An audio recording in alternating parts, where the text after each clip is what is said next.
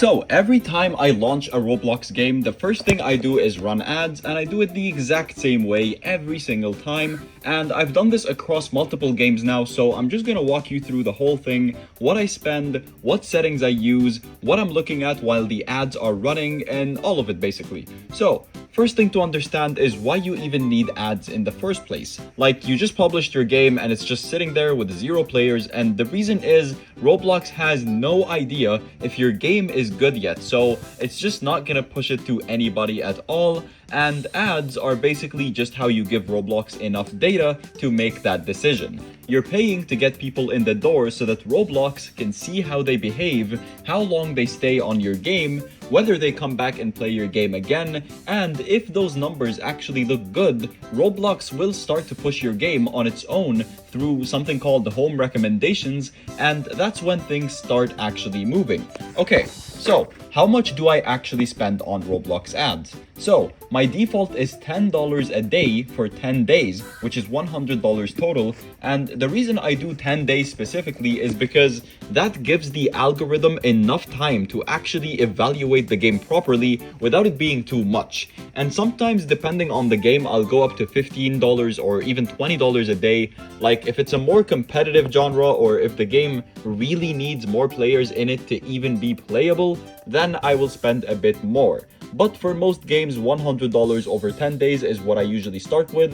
And look, I know $100 sounds like a lot to some people, but honestly, if you just spent weeks building a game and you're not willing to put $100 behind it, that's kind of a bigger problem, you know? And it's genuinely one of the cheapest ways to launch anything on any platform. And yeah, let's go ahead and move on to the settings. So for the actual ad settings, I usually keep it fully broad every single time. Daily budget, maximize plays, all regions and all devices. And I know people are always looking for some secret combination of settings, like the best region to target, or, you know, the best time of day or whatever. But honestly, there's no hidden trick there. You just put your game in front of absolutely everyone and let Roblox's algorithm figure out who's actually going to play it. That's what it's designed to do, so just let it do that. For thumbnails, I'll usually make at least 2 or 3 different ones and run them all at the same time to see which one gets better clicks. Your thumbnail is honestly more important than most people realize, because if people aren't clicking, you're not getting anywhere regardless of how good the game is. Okay, so day 1 of ads, the campaign is still learning, so don't do anything drastic yet.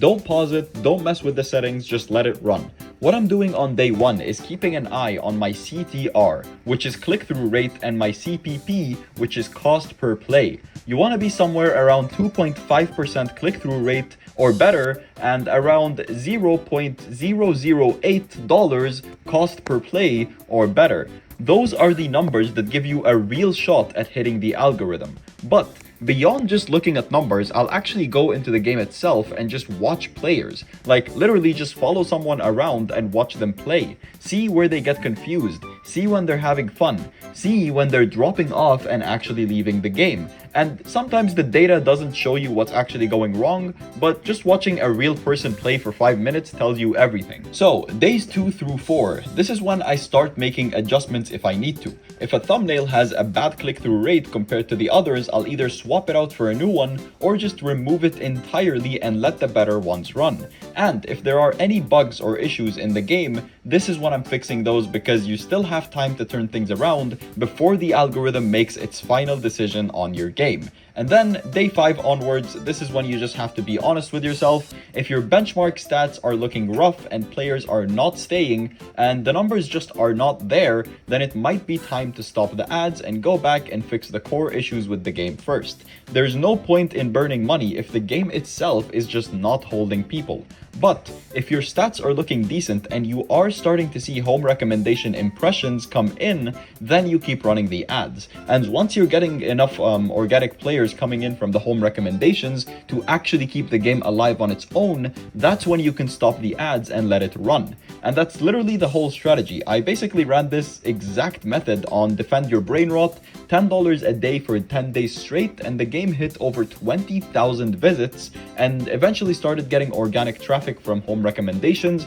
I made about 48,000 Robux off of it, which is around $177 through DevX, and I'm running the same strategy on every game I put out going forward.